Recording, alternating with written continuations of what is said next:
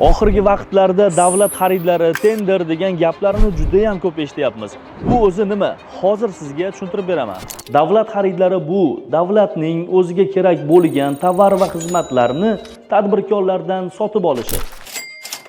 Xuddi siz do'kondan narsa sotib olgandek, davlat ham tovar va xizmatlarni sotib oladi. Faqatgina ochiq va shaffof tarzda. Ya'ni davlatga kompyuter kerak bo'lsa ham, asfalt yotqizish kerak bo'lsa ham, hattoki ruchka sotib olish kerak bo'lsa ham, bularni barchasini davlat xaridlari orqali oddiy tadbirkorlardan sotib oladi. Eng zo'ri bu jarayonda katta kompaniyalar emas, balki yakka tartibdagi tadbirkorlar ham qatnasha oladi. Nega bilasizmi? Chunki bu jarayon shaffof bo'lishi kerak.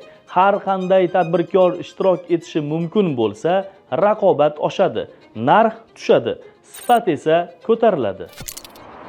Davlat xaridlarida ishtirok etish orqali savdoingizni oshirish uchun juda katta imkoniyatlar bor. Tovar yoki xizmat taklif qila oladigan har bir tadbirkor davlat xaridlarida ishtirok etishlari mumkin.